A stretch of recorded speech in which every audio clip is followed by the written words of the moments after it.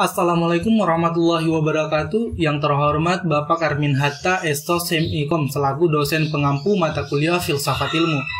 Puji syukur kita panjatkan kehadirat Allah Subhanahu wa Ta'ala, karena rahmat dan hidayahnya kita masih bisa diberi kesehatan dan kesempatan. Baik, perkenalkan, nama saya Muhammad Hasbi Al-Qadri dengan nomor induk 50500121079, jurusan jurnalistik kelas C. Baik, di sini saya ingin mempresentasikan judul materi yang saya buat, yaitu Sejarah Filsafat Ilmu. Yunani sebagai kota tonggak kelahiran filsafat ilmu. Gorgias, tidak ada yang benar-benar wujud, karena jika sesuatu ada tidak dapat diketahui, dan jika ilmu bersifat nisbi tidak dapat dikomunikasikan. Protagoras, tidak ada satu pendapat pun yang dapat dikatakan lebih benar dari yang lain, karena setiap pendapat hanyalah sebuah penilaian yang berakar dari pengalaman yang dilaluinya. Filsafat ilmu sebenarnya juga sedang mengurai kebenaran tunggal dan plural secara mendasar. Filsafat ilmu baru merebak di awal abad 20. Sebagian ahli filsafat berpandangan bahwa perhatian yang besar terhadap peran dan fungsi filsafat ilmu mulai mengedepan tatkala ilmu pengetahuan dan teknologi mengalami kemajuan yang sangat pesat. Tahap berpikir yang dilandasi teori, keraguan, logika, dan rasionalitas adalah gemah filsafat ilmu. Sejarah perkembangan filsafat ilmu. Zaman pra-Yunani kuno, zaman batu. Pada abad ke-6 sebelum Masehi, Yunani muncul lahirnya filsafat dan mulai berkembang suatu pendekatan yang sama sekali berlainan. Mulai saat itu orang mencari jawaban rasional tentang problem alam semesta, dengan demikian filsafat dilahirkan. Zaman Yunani kuno. Periode filsafat Yunani merupakan periode penting sejarah peradaban manusia, karena pada waktu itu terjadi perubahan pola pikir manusia dari mitologi, pola pikir masyarakat yang sangat mengandalkan mitos untuk menjelaskan fenomena alam seperti gempa, bumi, dan pelangi, ke lebih rasional. Zaman keemasan Yunani. Pada zaman ini Yunani kuno dipandang sebagai zaman keemasan filsafat, karena pada masa ini orang memiliki kebebasan untuk mengungkapkan ide atau pendapatnya. Pada zaman ini tidak ada lagi yang mempercayai mitologi, sehingga Yunani kuno disebut sebagai gudang ilmu. Zaman abad pertengahan, bercirikan agama Kristen, kehidupan diarahkan pada alam baka sebagai tujuan akhir, ilmu pengetahuan diarahkan pada pengetahuan agama atau teologi, dan pemikiran filsafat yang berkembang adalah filsafat skolastik atau filsafat agama. Zaman Renaissance.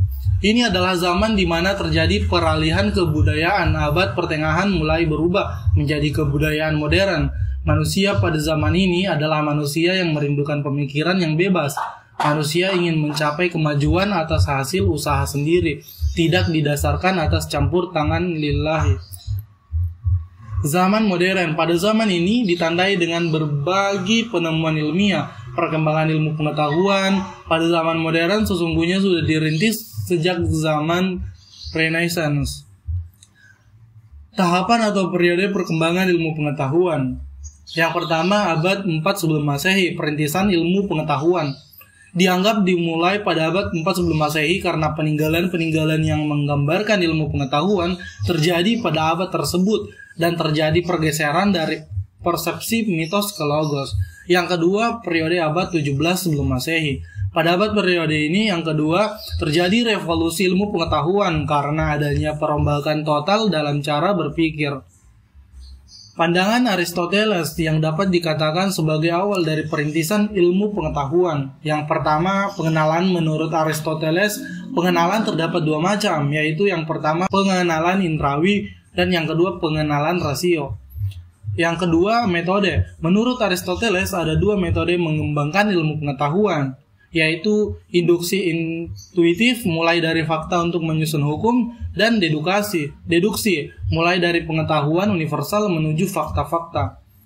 Induk pertumbuhan filsafat ilmu.